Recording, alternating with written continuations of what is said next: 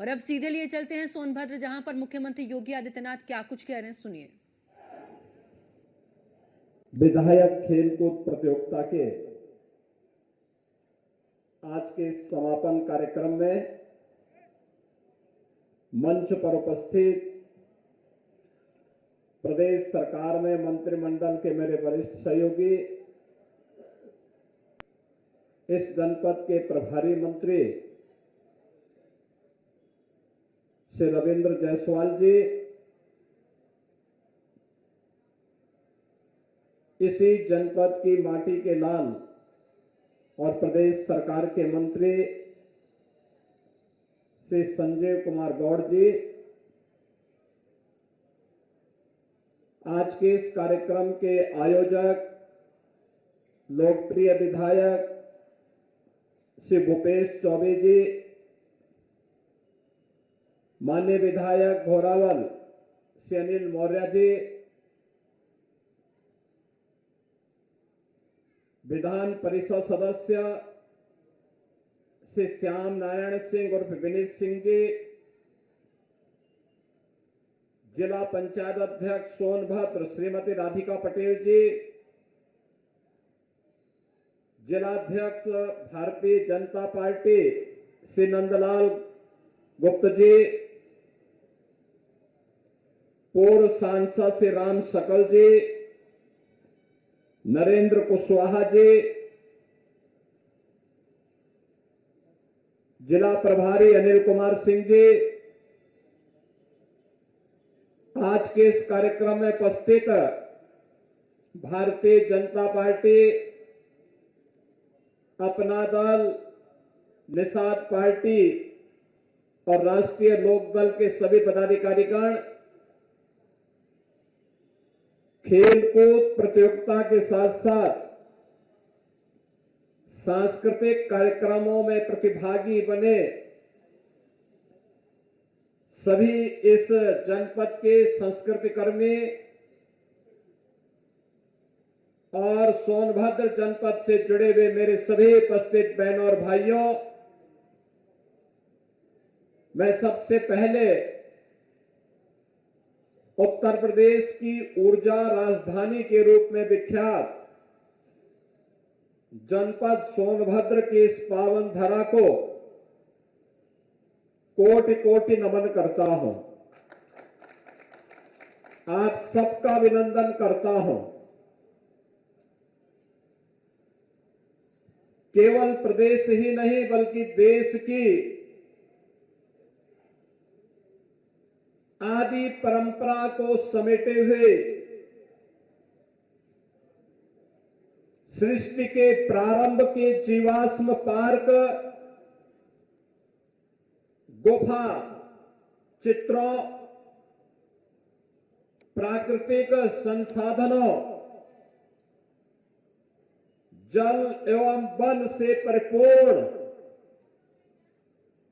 और प्राकृतिक संसाधनों के साथ ही सांस्कृतिक एवं धार्मिक दृष्टिकोण से जो अत्यंत महत्वपूर्ण जनपद है वह है हमारा सोनभद्र जनपद। यहां पर 11वीं सदी का शिव द्वार मंदिर, मां विंध्यवासिनी मंदिर,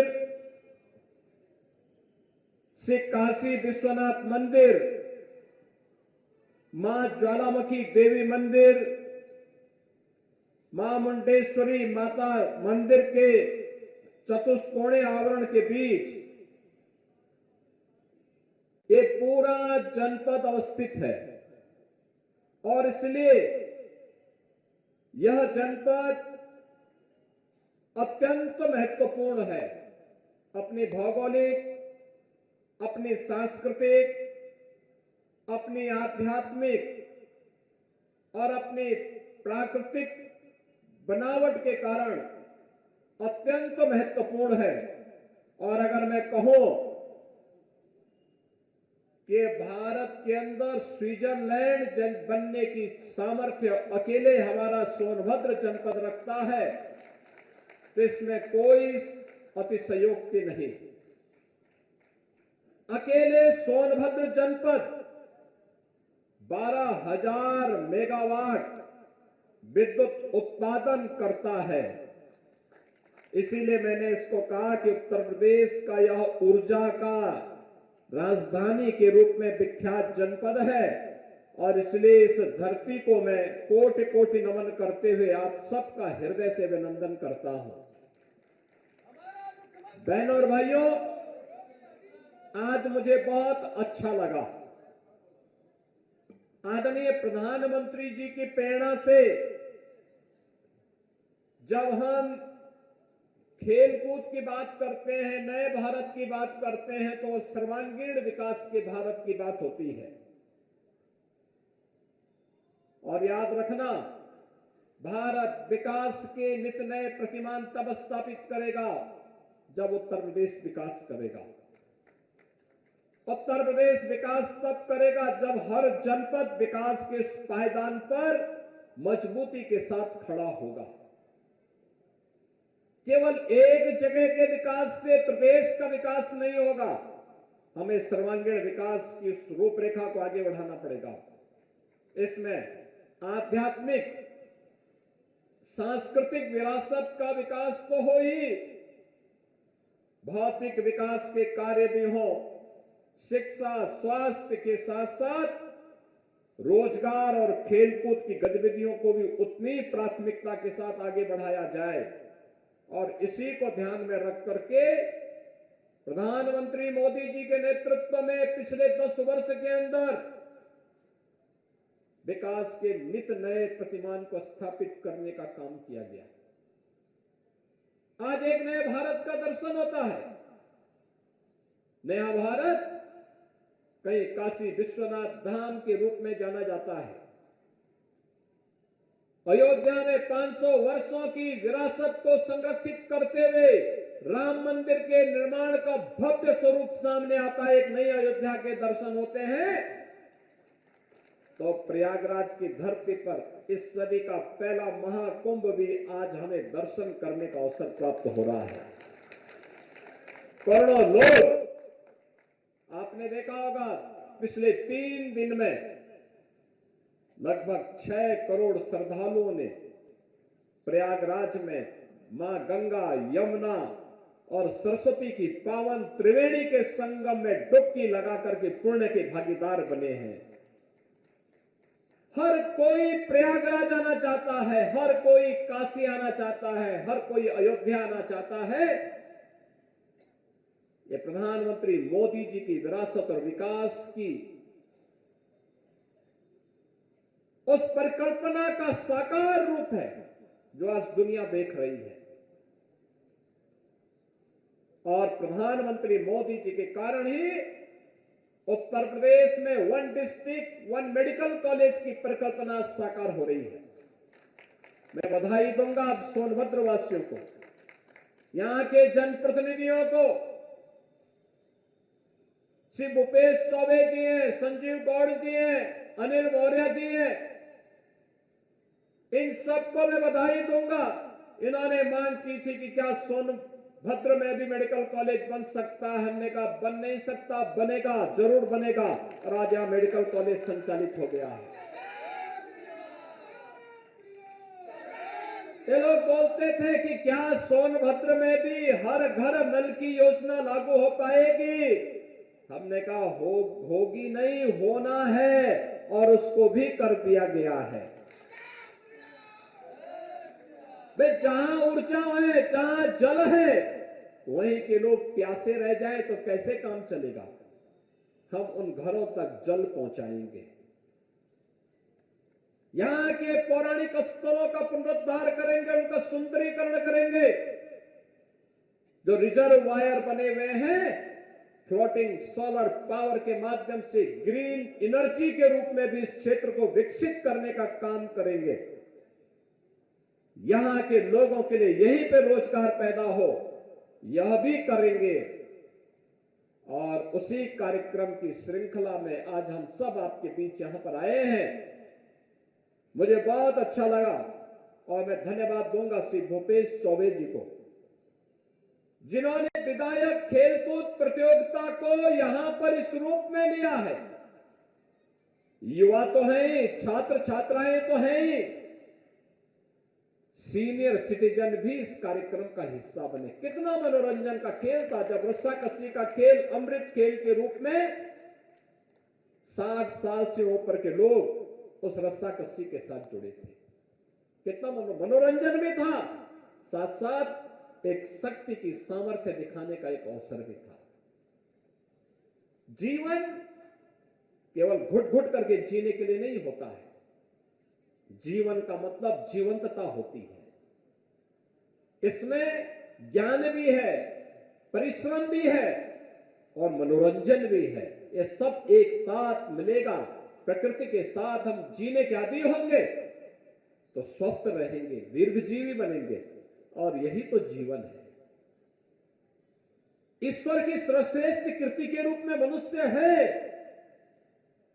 तो अब प्रमाणित भी होना चाहिए। और मुझे बहुत अच्छा लगा, यहां पे दोनों प्रतियोगिताओं को हमने देखा। देखिए बालिकाओं ने कितना अच्छा कबड्डी का प्रदर्शन किया। रावर्सगंज और नगवा की बालिकाओं की टीम कितनी मजबूती के साथ लड़ रहे यहां पे खेल रही थी। जो अमृत खेल रस्साकसी के रूप में सीनियर सिटीजन खेल रहे थे, कितना अच्छा था। यह होता है समाज की जीवंतता, इससे बनती है। और यह प्रतियोगिता निचले स्तर पर प्रारंभ हुई, ग्राम पंचायत, न्याय पंचायत, ब्लॉक, और वहां से होते होते फिर यहां पर। और उसमें भी मुझे बहुत अच्छा लगा कि खेलकूद की प्रतियोगिताओं में यानी कुल 11,000, आप आश्चर्य करेंगे कि कुल 11,000 खिलाड़ी प्रतिभाग बने थे। 11,000, जिसमें खो खो प्रतियोगिता थी, कबड्डी थी, वॉलीबॉल थी, दौड़ थी, 100, 200, 400 मीटर की, कैरम था, शतरंज था, अमृत खेल, रस्साकसी। ये 65 वर्ष से ऊपर के खिलाड़ियों ने इसमें प्रतिभाग किया और 400 लोग इसमें प्रतिभाग किए। क्रिकेट था, निबंध लेखन और चित्रकला लेखन था, सांस्कृतिक कार्यक्रम भी, गीत संगीत का भी था, दृष्टिबाधित खिलाड़ियों का भी क्रिकेट मैच था और जिलाधिकारी एकादश और विधायक एकादश की टीम ने भी यहां पर क्रिकेट खेला था और दंगल के खिलाड़ियों की ने भी इस पूरी प्रतियोगिता में भाग लिया था और इसमें 11,000 खिलाड़ी प्रतिभाग बने थे। तो वैसे मैं आपको बधाई देता हूं, आपकी पूरी टीम को बधाई देता हूं, जिन्होंने 11,000 लोगों के बीच में एक सकारात्मकता, एक रचनात्मकता का कार्य किया है।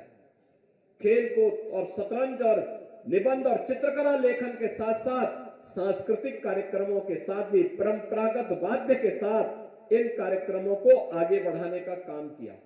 अत्यंत रोचक भी है, उत्साहवर्धक भी है, इसमें प्रेरणा भी है और नई पीढ़ी को आगे बढ़ने के लिए एक मार्ग भी है। खो खो में अलका कुमारी ने के नेतृत्व की टीम ने विजयी बनकर के प्रतियोगिता जीती। बालिका में सोनू ने, कैरम में सुप्रिया सिंह ने, शतरंज में आयुष सिंह ने, दौड़ में सुमन ने, अंजुला ने, खुशबू ने और शतरंज में आयुष कुमार ने, यानी ये सभी लोग प्रतियोगिता में भागीदार बने थे। और अभी कबड्डी में और अमृत खेल में आपने प्रदर्शन आपके सामने देखा, जिनको अभी मंच पर सम्मानित किया गया।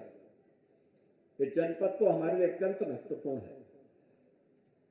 जब मैं किसी जनपद में जाता हूं, महिला स्वयंसेवी समूह के स्टॉल देखता हूं और मैं देखता हूं कि सोनभद्र की टीम, यहां की महिला स्वयंसेवी समूह के द्वारा बकरी के दूध से उन्होंने एक नया सौंप बनाया है। यानी यहां सोनभद्र के नाम पे सोन और सौंप का मतलब साबुन, बकरी के दूध से साबुन बनाया है। यहां की जनजातीय समुदाय से जुड़ी हुई महिलाओं ने इन कार्यक्रमों के साथ वे जुड़ी हैं और भी अन्य तमाम कार्यक्रम यहां पर रचनात्मक तरीके से आगे बढ़ रहे हैं।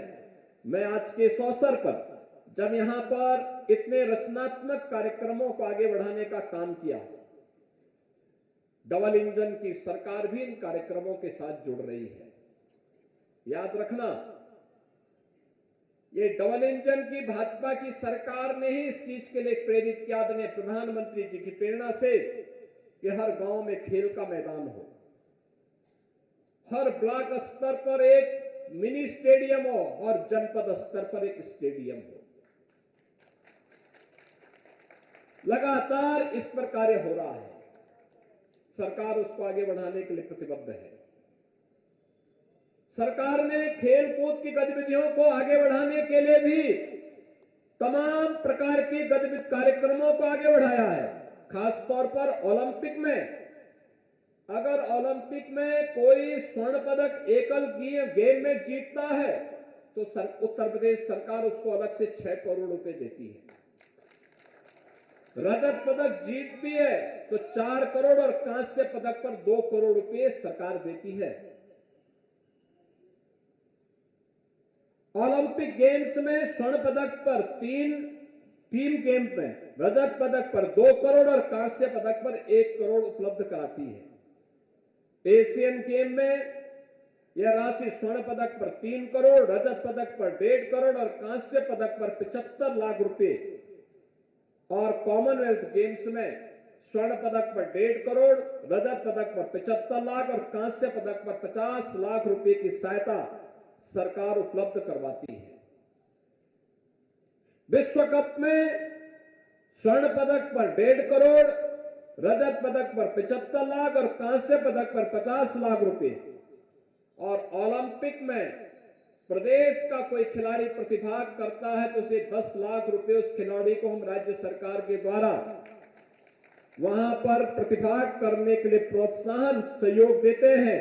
कॉमनवेल्थ, एशियन गेम्स, विश्व चैंपियनशिप में 5-5 लाख रुपए की सहायता हम खिलाड़ी को अलग से देते हैं। आज के इस अवसर पर मुझे बताते हुए प्रसन्नता है कि खेल भी अपने आप में एक कैरियर है। जो खिलाड़ी इन प्रतियोगिताओं में सफलता पूर्वक आगे बढ़ते हैं, हम उन खिलाड़ियों को फिर सम्मानित करते हैं, सरकारी नौकरी में भी जगह देते हैं। ओलंपिक में जीतने वाले खिलाड़ियों को, एशियाड और कॉमनवेल्थ में मेडल जीतने वाले खिलाड़ियों को हम लोग, या वर्ल्ड चैंपियनशिप में सरकार उन्हें मेडल जीतने पर सरकारी नौकरी भी देती है। आपने देखा होगा, ललित उपाध्याय ओलंपिक में भारतीय हॉकी टीम के सदस्य थे, हमने उसको मेडल जीतने पर डिप्टी एसपी का पद सीधे दिया।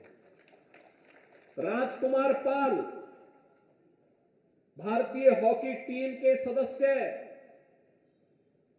ओलंपिक में मेडल जीता टीम ने, हमने उसको डिप्टी एसपी का पद सीधे दिया। ऐसे ही कई खिलाड़ियों को हम लोगों ने इन पदों के साथ जोड़ा है, और अब तक हम 500 से अधिक खिलाड़ियों को उत्तर प्रदेश पुलिस, खेल विभाग और अन्य तमाम विभागों में सरकारी नौकरी दे चुके हैं। इसके अलावा सरकार ने अर्जुन पुरस्कार, द्रोणाचार्य पुरस्कार, मेजर ध्यानचंद पुरस्कार, खेल रत्न पुरस्कार या खेल के क्षेत्र में पद्म पुरस्कार से सम्मानित होने वाले खिलाड़ियों को 20,000 रुपए प्रति माह हम उसे वित्तीय सहायता भी प्रदान करते हैं। वृद्ध, अशक्त और विकलांगग्रस्त राज्य खिलाड़ियों को 4,000 रुपए, राष्ट्रीय स्तर के खिलाड़ी को 6,000 रुपए और अंतर्राष्ट्रीय स्तर के खिलाड़ी को 10,000 रुपए प्रति माह वित्तीय सहायता भी सरकार देती है। और प्रदेश का पहला स्पोर्ट्स यूनिवर्सिटी मेरठ में हॉकी के जादूगर मेजर ध्यानचंद के नाम पर हम लोग स्थापित कर रहे हैं। युद्ध स्तर पर वहां कार्य चल रहा है। बहनों और भाइयों, मुझे बताते हुए प्रसन्नता है कि सोनभद्र जनपद में हर घर नल योजना में से 3,951 घरों को कनेक्शन के सापेक्ष अब तक 2,53,537 घरों को यानी 81% घरों को हम कनेक्शन का कार्य पूरा कर चुके हैं और युद्ध स्तर पर इस कार्यक्रम को आगे बढ़ाया जा रहा है।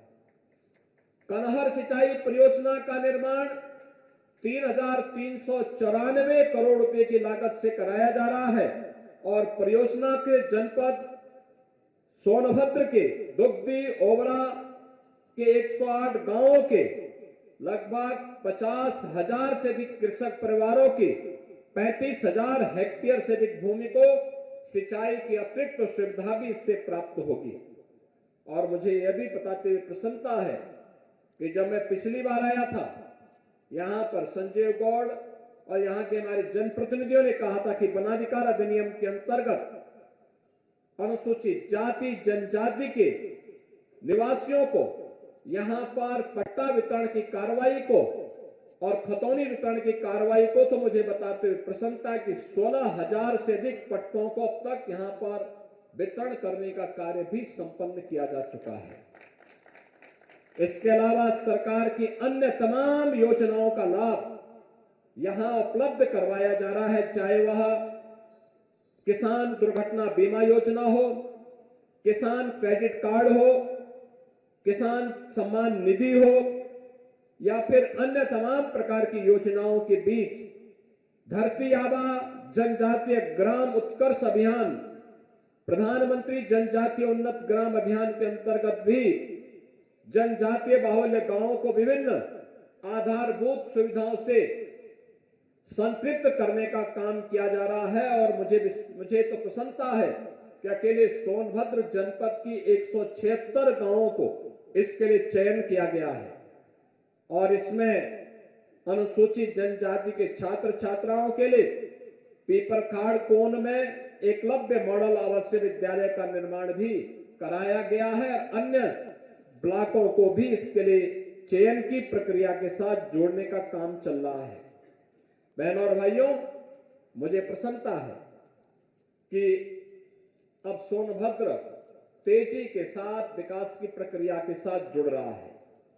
यहां पर ग्लोबल इन्वेस्टर समिट में भी काफी बड़े पैमाने पर लोगों ने यहां पर रोजगार की यहां पे 1,97,000 करोड़ रुपए के निवेश यहां के लिए अकेले यानी 1,97,000 करोड़ रुपए के निवेश के प्रस्ताव सोनभद्र जनपद के लिए आए हैं। अगर ये सभी इंप्लीमेंट हो गए तो मान के चलिए कि 40,000 नौजवानों को नौकरी मिलेगी इससे। ये सभी कार्यक्रम यहां पर आगे बढ़ाने के काम हो रहे हैं। सरकार के द्वारा तमाम अन्य उपयोगी कार्यक्रम यहां पर आगे बढ़ाए गए हैं। मुझे विश्वास है कि सरकार जिस मंशा के साथ इन कार्यक्रमों को आगे बढ़ाने का कार्य कर रही है वह सोनभद्र को ऊर्जा के साथ साथ सर्वांगीण विकास के मार्ग पर आगे बढ़ा करके न केवल यहां के सर्वांगीण विकास का बल्कि अनुसूचित जाति और हमारे जनजातीय समुदायों को विकास और सर्वांगीण विकास की मुख्य धारा के साथ जोड़ने में जनपद सफल होगा। आज का एक कार्यक्रम विधायक खेलकूद प्रतियोगिता का एक कार्यक्रम मैं चाहूंगा कि अन्य विधानसभाओं में भी इसी प्रकार के कार्यक्रम ब्लॉक न्याय पंचायत ब्लॉक और फिर विधानसभा स्तर पर करके फिर इनमें से जिले स्तर पर भी एक कार्यक्रम होने चाहिए और उनका सम्मान जिले का महोत्सव जब हो उस महोत्सव में उनका किया जाना चाहिए। हर तबके का होना चाहिए, क्या बच्चों का, क्या युवाओं का, क्या अधेड़ उम्र के लोगों का, क्या बुजुर्गों का, क्या पुरुषों का, क्या महिलाओं का, सभी को जोड़ा जाना चाहिए। तब एक समग्रता उसमें दिखेगी और प्रयास होना चाहिए कि जो प्रतिभा है जिन खिलाड़ियों में उसको आगे बढ़ाने के लिए अगर जूते मोजे नहीं, ट्रैक सूट नहीं, तो यहां पे तमाम संस्थाएं काम कर रही है। उनसे कहना चाहिए कि सीएसआर का पैसा उन बच्चों के लिए जूते मोजे लेने के लिए, ट्रैक सूट खरीदने के लिए उसका उपयोग किया जाना चाहिए। स्टेडियम और मिनी स्टेडियम बनाने के लिए सरकार पैसा दे रही है। सीएसआर के मत से भी हमें इसको सहयोग लेकर के और अच्छी खेल की सुविधाएं अच्छे स्कूल, अच्छे स्वास्थ्य की सुविधा, हर प्रकार की सुविधा से संपन्न इस पूरे क्षेत्र को करने के लिए आगे बढ़ना होगा। मुझे बहुत प्रसन्नता है कि आज ये कार्यक्रम इतना अच्छा यहां पे मुझे लगा, और मैं चाहूंगा कि न केवल यहां के अन्य मान्य विधायकगण बल्कि प्रदेश भर के सभी मान्य विधायकगण इस प्रकार के कार्यक्रमों को आगे बढ़ाएंगे। तो मान के चलिए कि अकेले उत्तर प्रदेश में हम 4 लाख खिलाड़ियों की एक भारी भरकम फौज खड़ी कर देंगे। 4 लाख से अधिक खिलाड़ियों का। बहनों और भाइयों, एक अच्छा प्रयास है। भूपेश जी, मैं आपको और आपकी पूरी टीम को इसके लिए बधाई देता हूं। जिला प्रशासन ने इस पूरे कार्यक्रम में सहभागी बनकर के इसको और रोचक बनाने में योगदान दिया है। उस पूरी टीम को भी धन्यवाद देता हूं और विश्वास करूंगा कि सोनभद्र जनपद विकास के नित नए प्रतिमान को स्थापित करते हुए नई ऊंचाइयों को प्राप्त करेगा। आप सबके लिए प्रतिभाग करने वाले खिलाड़ियों का अभिनंदन, जिन्होंने पदक जीते हैं उनको बधाई, जो विजेता ने उपविजेता बने हैं उन्होंने अच्छा खेला है, लेकिन अगली बार उससे भी बेहतर करने की दिशा में आगे बढ़ेंगे। इस विश्वास के साथ आप सबको मैं इस अवसर पर एक बार फिर से इस प्रतियोगिता में भागीदार बनने के लिए प्रतिभागी टीम, दर्शक, रेफरी और उससे जुड़े हुए जितने भी ऑफिशियल्स हैं, इन सबको भी मैं हृदय से बधाई देते हुए आप सबको महाकुंभ का आयोजन प्रयागराज की धरती पे हो रहा है, इसके लिए भी हृदय से बधाई देता हूं। और प्रयागराज त्रिवेणी में स्नान करने के लिए आप जरूर जाएंगे। आपके प्रति मेरी मंगलमय शुभकामनाएं। धन्यवाद। जय हिंद। तो सोनभद्र से मुख्यमंत्री योगी आदित्यनाथ को आप सुन रहे थे, जिन्होंने यहाँ पर खिलाड़ियों को सम्मानित किया और साथ ही देखिए महाकुंभ के समापन को लेकर भी मुख्यमंत्री योगी आदित्यनाथ ने तमाम बातें कही और साथ ही कहा कि जिस तरीके से आयोजन हुआ है ये वाकई में उत्तर प्रदेश की एक प्रगति है और ग्रेटर कैलाश को भी यहाँ पर इन तमाम बातों का जिक्र उन्होंने किया। साथ ही आपको बता दें कि खेल महाकुंभ के समापन में सीएम योगी यहाँ पर बोले हैं, जहां पर विधायक खेल महाकुंभ में हुए हैं शामिल। और साथ ही आपको बता दें कि मुख्यमंत्री योगी आदित्यनाथ ने खिलाड़ियों को यहाँ पर सम्मान भी उनको दिया है और साथ ही खेल महाकुंभ के समापन में मुख्यमंत्री योगी आदित्यनाथ ने तमाम बातों का जिक्र किया, चाहे वो काशी का जिक्र हो, अयोध्या का जिक्र हो या फिर प्रयागराज में हो रहे महाकुंभ का जिक्र हो। इन सभी को लेकर मुख्यमंत्री योगी आदित्यनाथ ने इस दौरान जिक्र किया और साथ ही किस तरीके से सोनभद्र में तमाम योजनाएं और किस तरीके से प्रगति सोनभद्र में इस दौरान है, इसको लेकर भी मुख्यमंत्री योगी आदित्यनाथ ने अपने संबोधन में बातें कही।